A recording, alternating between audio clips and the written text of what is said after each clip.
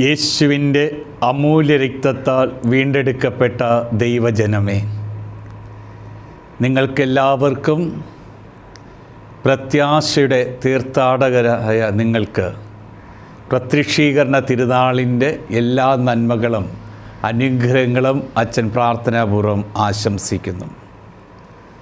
പ്രിയമക്കളെ, ഏറെ സന്തോഷത്തോടും ആഹ്ലാദത്തോടും ദൈവാനുഭവത്തോടും കൂടെയാണ് ഈ വചനം പങ്കുവയ്ക്കുവാനായിട്ട് പരിശുദ്ധാരൂപിയോട് പ്രാർത്ഥിച്ച് അച്ഛൻ ആഗ്രഹിച്ച് നിങ്ങളുടെ മുമ്പിൽ നിൽക്കുക.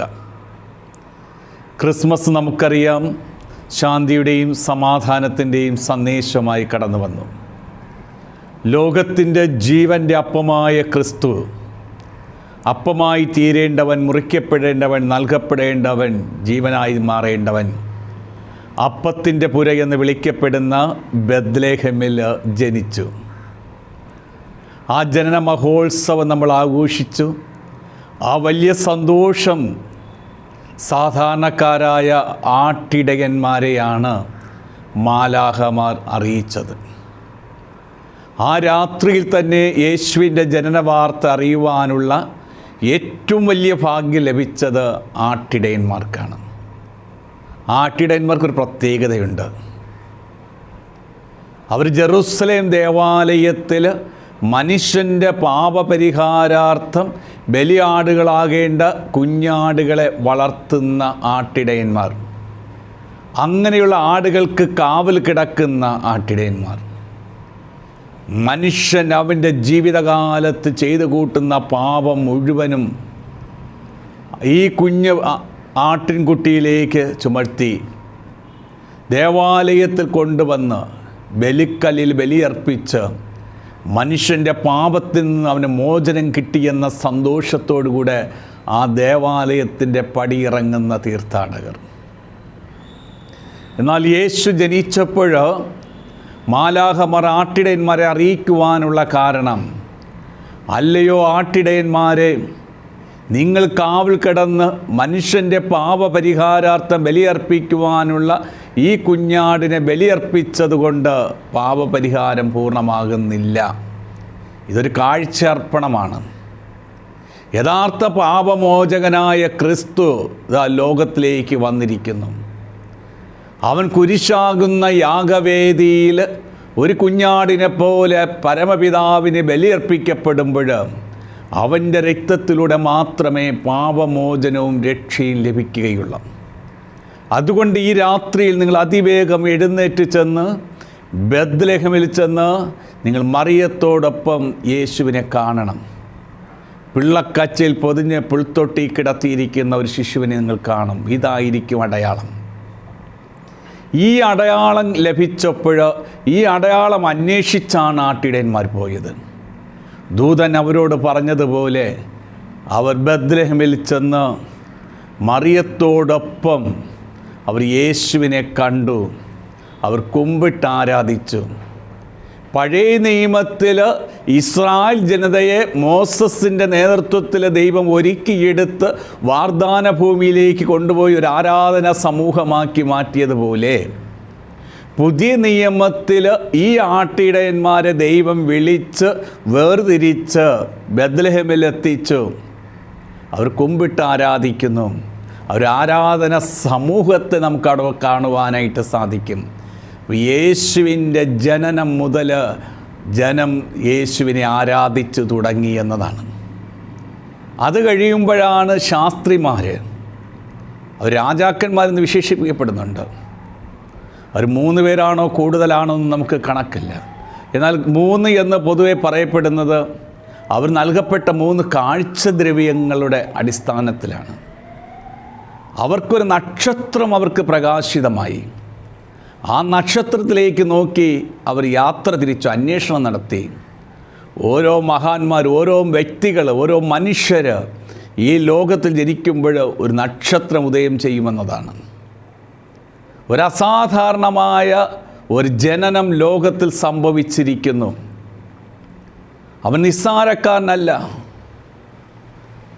സർവ്വലോകത്തെ ഭരിക്കുവാനുള്ള, സർവ്വജനത്തെ ഭരിക്കുവാനുള്ള ഒരു രാജാവിൻ്റെ ജനനമാണ് കണ്ടിരിക്കുന്നത്. അവരന്വേഷിച്ചു. ആ നക്ഷത്രത്തെ നോക്കി അവർ യാത്ര തുടങ്ങി. ഇതാ ഇവിടെ തീർത്ഥാടക സഭയുടെ ആരംഭം കാണുകയാണ്. ഇന്ന് ഈ ഞായറാഴ്ച പരിശുദ്ധ പിതാവ് ഫ്രാൻസിസ് പാപ്പയുടെ നിർദ്ദേശമനുസരിച്ച് നമ്മൾ പ്രത്യാശയുടെ തീർത്ഥാടകരായിട്ട് എല്ലാ ദേവാലയങ്ങളിലും ഈ വളരെ പ്രതീക്ഷയോടുകൂടെ പ്രത്യാശയുടെ തീർത്ഥാടനം ഉദ്ഘാടനം ചെയ്യുകയാണല്ലോ. സഭ അവൾ തന്നെ തീർത്ഥാടകയാണ്. സഭയുടെ സ്വഭാവം എന്ന് പറയുന്നത് തീർത്ഥാടനമാണ്. ഒരു ലക്ഷ്യത്തിന് വേണ്ടിയുള്ള ദൈവാനുഭവത്തിന് വേണ്ടിയുള്ള യാത്ര. ഇതാ ആ ആഗ്രഹം ഈ രാജാക്കന്മാരുടെ മനസ്സിൽ കടന്നു വരികയാണ്. നക്ഷത്രം വഴികാട്ടിയതനുസരിച്ച് ആ അന്വേഷണം തുടങ്ങി. അവരുടെ ആഗ്രഹം വർദ്ധിച്ചു കൊണ്ടിരിക്കുകയാണ്. പ്രിയപ്പെട്ടവരെ, ഈ യാത്രയുടെ മധ്യേ അവരുടെ കണ്ണുകളിൽ നിന്ന് ആ നക്ഷത്രം അപ്രത്യക്ഷമായി. നമ്മൾ സഭയോട് ചേർന്ന്, കൂദാശ ജീവിതത്തോട് ചേർന്ന്, സഭയുടെ പ്രാർത്ഥനാ ജീവിതത്തോട് ചേർന്ന് സഭാത്മകമായി നമ്മൾ മുന്നോട്ട് പോകുമ്പോൾ ചില സമയങ്ങളിലെങ്കിലും നമ്മെ വഴികാട്ടുന്ന വെളിച്ചം നമ്മുടെ കണ്ണുകളിൽ നിന്ന് അപ്രത്യക്ഷമാകുന്ന സാഹചര്യങ്ങളുണ്ടാകും. തെറ്റായ പ്രബോധനങ്ങൾ വരും. ജീവിതത്തിൻ്റെ വെല്ലുവിളികളുണ്ടാകും, പീഡനങ്ങളുണ്ടാകും. പക്ഷേ വെളിച്ചം നഷ്ടപ്പെട്ടു പോയി കഴിഞ്ഞാൽ നമ്മൾ അതിലേക്ക് വീണു പോകും. പിന്നെ നമ്മുടെ അന്വേഷണത്തിന് നമുക്ക് വഴി തടസ്സമുണ്ടാകും. ഇത് ഈ രാജാക്കന്മാരും അന്വേഷിക്കുന്നു. നക്ഷത്രം അപ്രത്യക്ഷമായപ്പോൾ അവരന്വേഷിച്ച് പോയത് കൊട്ടാരത്തിലാണ്. രാജകൊട്ടാരം എല്ലാ സൗഭാഗ്യങ്ങളും, എല്ലാ ജ്ഞാനങ്ങളും, എല്ലാ സമ്പത്തിൻ്റെയും ഇടമാണ്.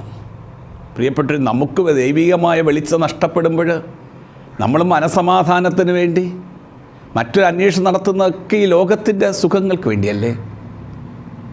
ഹെരോദോസിൻ്റെ കൊട്ടാരത്തിലേക്ക് പോകുന്നു. വഞ്ചനയുടെയും ദുഷ്ടതയുടെയും കാപട്യത്തിൻ്റെയും കൊലപാതകത്തിൻ്റെയും മനോഭാവങ്ങൾ നിറഞ്ഞു നിൽക്കുന്ന ഇടത്തിലേക്കാണ് അവരവിടെ പോയി അന്വേഷിക്കുന്ന. എത്ര സ്നേഹത്തോടുള്ള പെരുമാറ്റം നോക്കുകയാണ്. വിവരങ്ങളെല്ലാം അന്വേഷിക്കുന്നുണ്ട്. അവിടെ ഉണ്ടായിരുന്ന പണ്ഡിതന്മാരോട് ചോദിച്ച് മനസ്സിലാക്കുന്നുണ്ട്. ബത്ലഹേമിലാണ് കുഞ്ഞ് ജനിക്കുന്നതെന്ന് മനസ്സിലാകുന്നു. ദാവീദിൻ്റെ വംശത്തിലാണെന്ന് മനസ്സിലാകുന്നു. നോക്കണേ, ആ രാജാവ് പറയുകയാണ്, നിങ്ങൾ പോയി കുഞ്ഞിനെ കണ്ട് നിങ്ങൾ ആരാധിച്ചിട്ട് വരിക. എനിക്കും പോയി അവനെ കണ്ട് ആരാധിക്കണം. പ്രിയപ്പെട്ടവരെ, അത് ആരാധനയുടെ മനോഭാവമാണോ? ദുഷ്ടതയുടെയും വഞ്ചനയുടെയും എനിക്ക് അപ്പുറത്തൊരു രാജാവ് ജനിച്ചിരിക്കുകയോ, എന്നേക്കാൾ പ്രബലനായ ഒരു രാജാവ് ജനിച്ചിരിക്കുകയോ സഹിച്ചില്ല. ആ കുഞ്ഞിനോട് പ്രതികാരം ചെയ്യുവാൻ ഉള്ളിൽ ഒതുക്കിയിട്ട് പുറമെ സ്നേഹവാത്സല്യത്തോടുകൂടി അവർ യാത്രയാക്കുകയാണ്. വീണ്ടും നക്ഷത്രം കാണുന്നു. ദൈവികമായ വെളിച്ചം അവർക്ക് കിട്ടുന്നു. ആ വെളിച്ചത്തിൻ്റെ പുറകിലൂടെ അവർ യാത്ര ചെയ്യുകയാണ്. ആ വഴികാട്ടിയെ നോക്കി യാത്ര ചെയ്യുന്നു. ആ നക്ഷത്രം പോയി നിൽക്കുന്നത് ബത്ലഹേമിലെ കാലിത്തൊഴുത്തിൻ്റെ മുകളിൽ.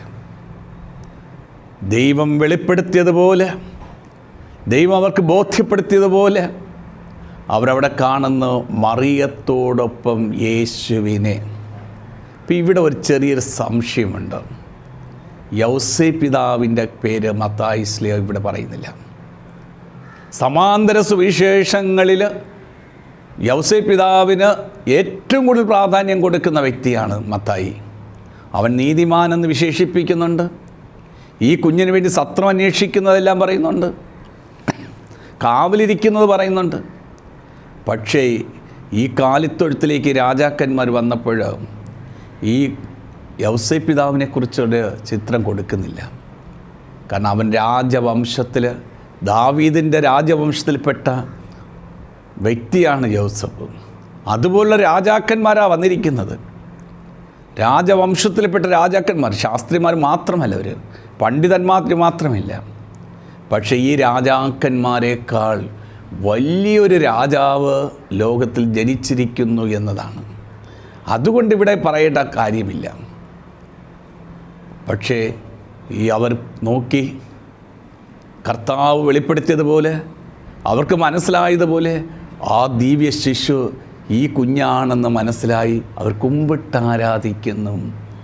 ആട്ടിടയന്മാർ ആ ക്രിസ്മസ് രാത്രിയിൽ, യേശുവിൻ്റെ ജനനത്തിൻ്റെ രാത്രിയിൽ യേശുവിനെ കുമ്പിട്ട് ആരാധിച്ചുവെങ്കിൽ സാധാരണ ജനം ദൈവത്തെ ആരാധിക്കുന്നതിൻ്റെ പ്രതീകമാണ്.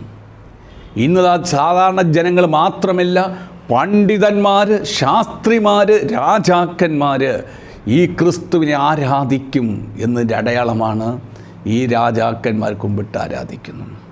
അവർ കൊണ്ടുവന്ന കാഴ്ച വസ്തുക്കൾ സമർപ്പിക്കുകയാണ്. പൊന്ന്, മീറ, കുന്തിരിക്കം. ഈ 3 വസ്തുക്കൾക്ക് വളരെയേറെ അർത്ഥമുണ്ട് പ്രിയപ്പെട്ടവരെ. നമ്മളൊരു വ്യക്തിക്ക് സമ്മാനം കൊടുക്കുമ്പോഴും ഒരു വ്യക്തി സമ്മാനം വാങ്ങുമ്പോഴും ആ കൊടുക്കൽ വാങ്ങലിലുള്ള സമ്മാനത്തിന് വളരെയേറെ അർത്ഥമുണ്ട്. അവരാദ്യം കൊടുക്കുന്നത് സ്വർണമാണ്. യേശുവിൻ്റെ രാജ്യത്വത്തെയാണ് അവർ അടയാളപ്പെടുത്തുന്നത്. ഇവൻ രാജാക്കന്മാരുടെ രാജാവാണ്. ലോകം കണ്ടതിൽ വെച്ച് ഏറ്റവും ശ്രേഷ്ഠനായ രാജാവാണ്. അതുകൊണ്ട് അവന് സമ്മാനം കൊടുക്കേണ്ടത് സ്വർണമാണ്. ഇവൻ ഭരിക്കേണ്ടവനാണ്, ഇവൻ പഠിപ്പിക്കേണ്ടവനാണ്, ഇവൻ സകല ജനത്തെയും ഭരിക്കേണ്ടവനാണ്. ഇതാ സ്വർണം കാഴ്ചവെക്കുകയാണ്. രണ്ടാമത് അവർ യേശുവിന് കൊടുക്കുന്നത് കുന്തിരിക്കമാണ്. കുന്തിരിക്കം ആരാ സാധാരണ ഉപയോഗിക്കുക? എവിടെയാണ് ഉപയോഗിക്കുക? ദേവാലയത്തെയും ബലിപീഠത്തെയും വിശുദ്ധീകരിക്കുവാൻ വേണ്ടി പുരോഹിതന്മാർ ഉപയോഗിക്കുന്നതാണ് കുന്തിരിക്കം. അത് പുരോഹിതന്മാർ കൈകാര്യം ചെയ്യുന്നതാണ്.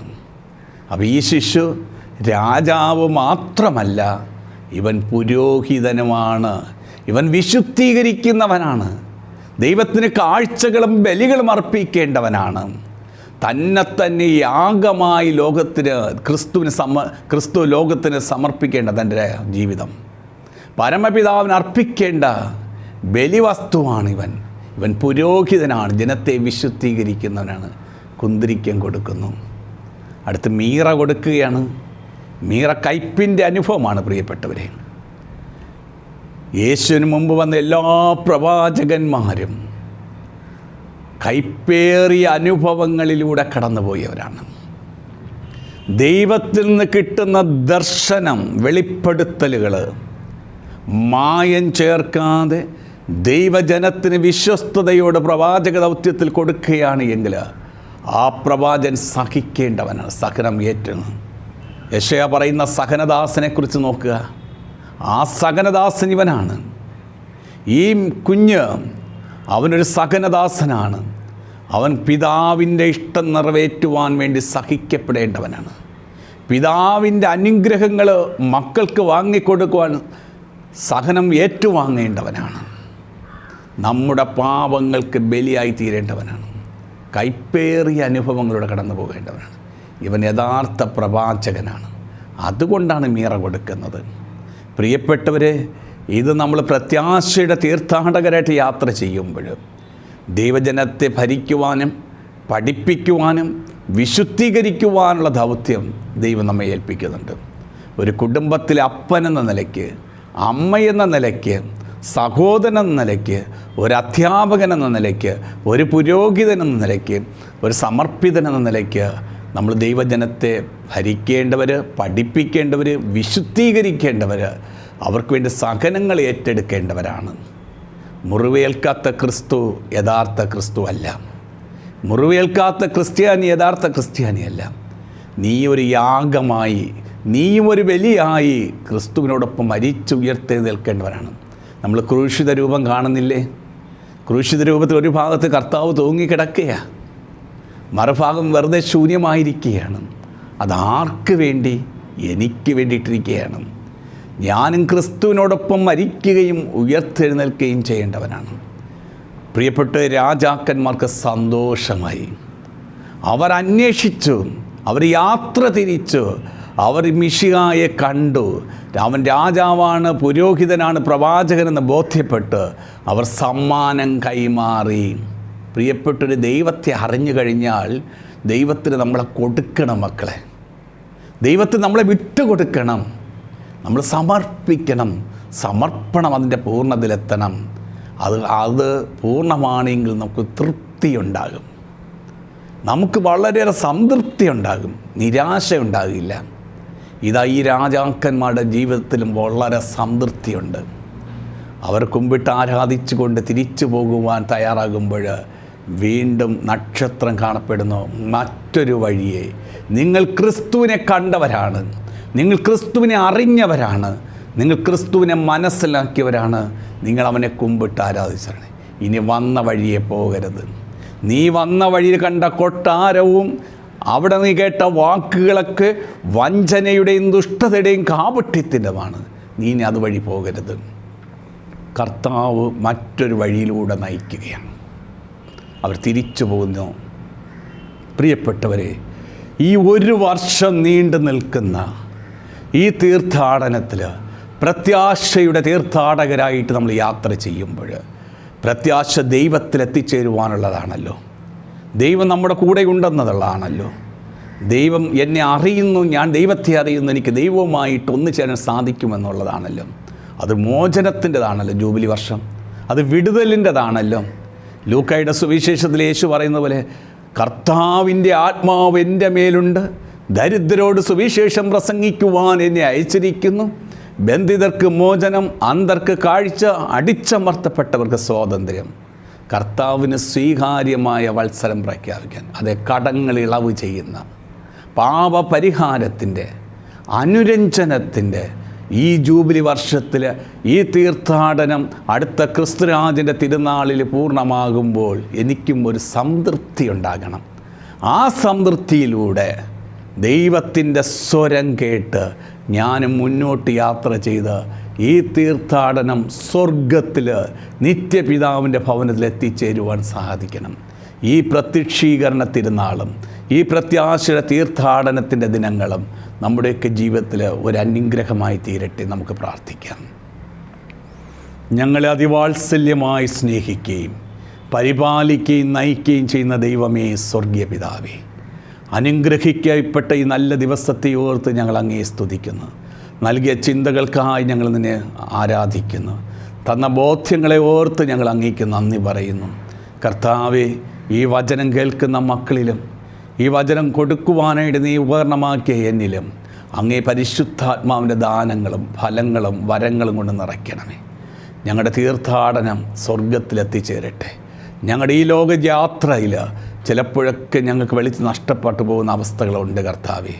അങ്ങനെ ഉണ്ടായിട്ടുണ്ട്, ഇനിയും ഉണ്ടാകാൻ സാധ്യത ഉണ്ടെങ്കിൽ കർത്താവേ, അത് നിത്യമായ അന്ധകാരത്തിലേക്ക് പോകാതെ ഉടൻ തന്നെ നിൻ്റെ പ്രകാശം ഞങ്ങളിലേക്ക് അയച്ചു, വരപ്രസാദം ഒരിക്കൽ പോലും നഷ്ടപ്പെടാതെ ദേവാലയത്തോടും ബലിപീഠത്തോടും കൂദാശ ജീവിതത്തോടും ചേർന്ന് നിന്നുകൊണ്ട് അങ്ങേ സഭയോടൊപ്പം തീർത്ഥാടനം ചെയ്ത് സ്വർഗീയ തീർത്ഥാടന സ്ഥലത്ത് സ്വർഗീയ ഭവനത്തിൽ എത്തിച്ചേരുവാൻ ഞങ്ങളെ സഹായിക്കണമേ. ഈ ആഴ്ചയിൽ ജന്മദിനം ആഘോഷിക്കുന്നവർ, വിവാഹ വാർഷികം ആഘോഷിക്കുന്നവർ, സ്വദേശത്തും വിദേശത്ത് അന്യനാടുകളിലും പോയി പഠനത്തിനും ജോലിക്കും പോകാൻ ആഗ്രഹിക്കുന്നവർ, PSC പരീക്ഷ എഴുതി ജോലിക്കായി കാത്തിരിക്കുന്നവർ, പലവിധമായ രോഗപീഠകൾക്ക് ചികിത്സ ചെയ്തുകൊണ്ടിരിക്കുന്നവർ, നിർമ്മാണ പ്രവർത്തനങ്ങളിൽ വ്യാപൃതരായിരിക്കുന്നവർ, കൃഷി ചെയ്യുന്നവർ, മത്സ്യത്തൊഴിലാളികൾ, കർത്താവെ വിവിധ വിഷയങ്ങളിൽ പഠനം നടത്തിക്കൊണ്ടിരിക്കുന്നവർ, മിഷണറിമാർ, എല്ലാവരെയും നിൻ്റെ മുമ്പിൽ സമർപ്പിക്കുന്നു.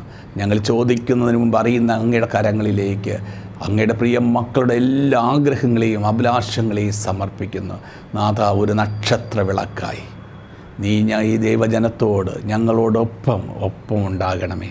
പരിശുദ്ധ അമ്മേ, മാതാവേ, എല്ലാം ഹൃദയത്തിൽ സംഗ്രഹിച്ച് ഉണ്ണിയേശുവിനെ വളർത്തി കുരിശാകുന്ന യാഗപീഠത്തിൽ സമർപ്പിക്കുമ്പോഴും അവൻ രാജാതിരാജനായി വാനമേഘങ്ങളിൽ എഴുന്നള്ളി വരുമ്പോഴും അമ്മ എപ്പോഴും ഞങ്ങൾക്ക് വേണ്ടി കാവലായിരിക്കണമേ, താങ്ങായിരിക്കണമേ. കർത്താവായ ക്രിസ്തു വഴി ഞങ്ങൾ സമർപ്പിക്കുന്ന പ്രാർത്ഥന കേട്ടോളണം. കർത്താവ് നിങ്ങളോടുകൂടെ. സർവശക്തനായ ദൈവം പിതാവും പുത്രനും പരിശുദ്ധാത്മാവും നിങ്ങളെല്ലാവരെയും സമർത്ഥമായി അനുഗ്രഹിക്കട്ടെ. അനുഗ്രഹപൂർണമായ നല്ലൊരാഴ്ചക്കാലം ആശംസിക്കുന്നു. നന്ദി.